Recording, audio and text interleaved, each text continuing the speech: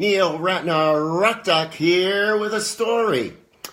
So, I noticed that 2 years ago today, my old friend Keith Emerson was overtaken by depression and chose to end his life.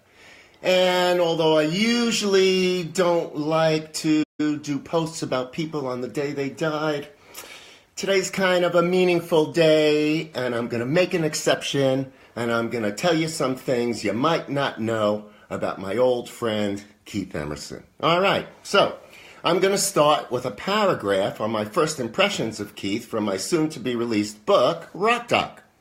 And I quote, all right, Keith Emerson was one of the world's best and most dynamic keyboard players.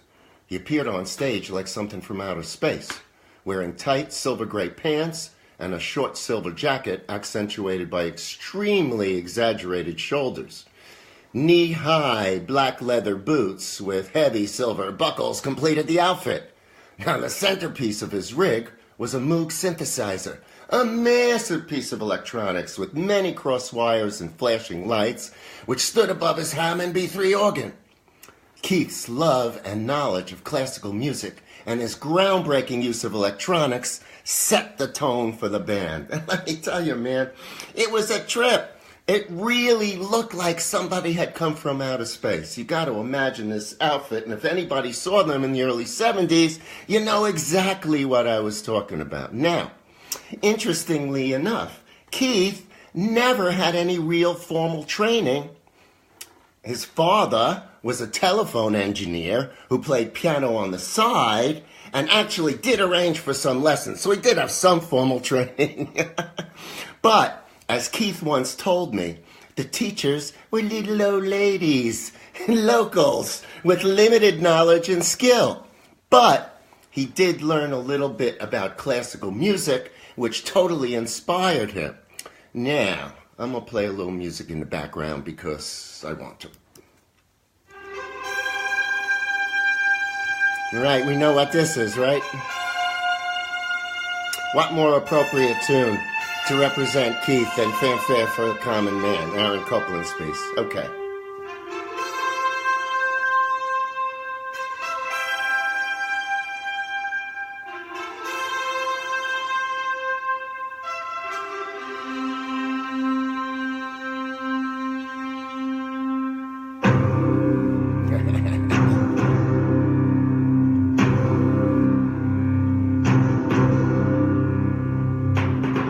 Yeah, come on.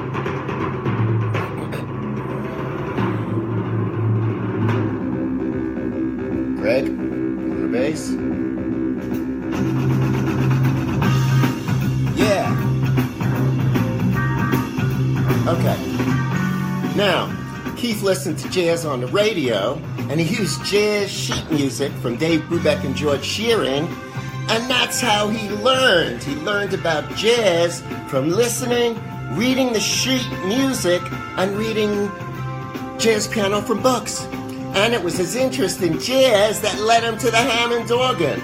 But it was a chance encounter at a record store that led him to his first Moog. All right, he's in a record store, man. And in the background, they're playing Switched On Bach, which was one of the first recordings with any kind of Moog on it. And it freaked Keith out.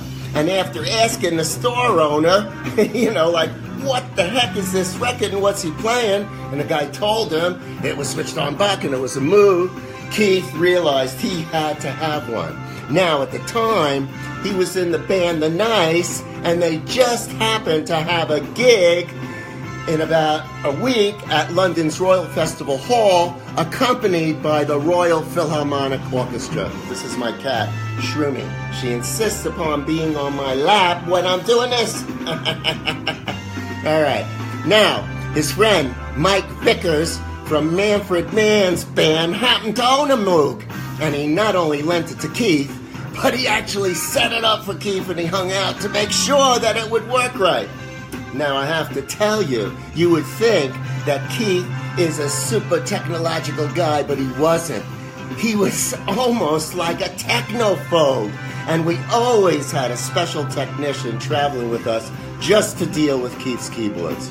All right, now, off stage, Keith was the opposite of what you saw on stage. He was shy, soft-spoken, and somewhat withdrawn. We got along well and continued our friendship long after I stopped working for them. So the last time I saw Keith was about 2 years before he died. I was in California and had dinner with him and his girlfriend, Mary. We hadn't seen each other in quite some time, and Keith knew about my adventures with Michael Jackson, and he was very interested in hearing all about it. On the other hand, he was real excited about an album he had recently done called The Three Fates Project with Mark Bonilla and noted Norwegian conductor Terje Mikkelsen, who he actually introduced me to. So when I told him I was thinking about writing a book, man, he just went nuts.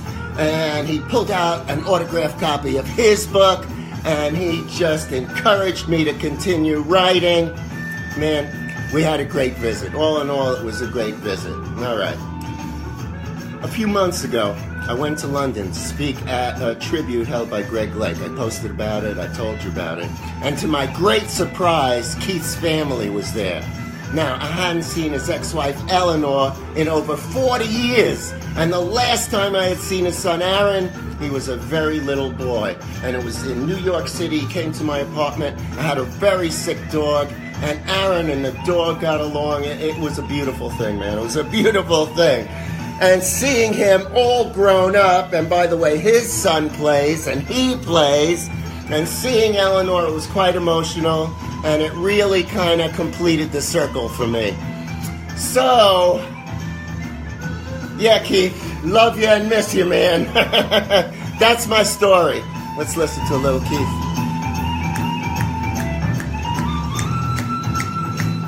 Man, he could play the piano. The band called him Fingers, and I'm sure you can understand why.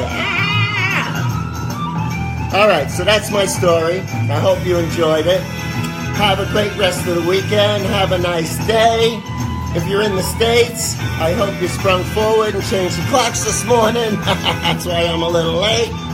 And that's it. Neil Ratner Rock Doc.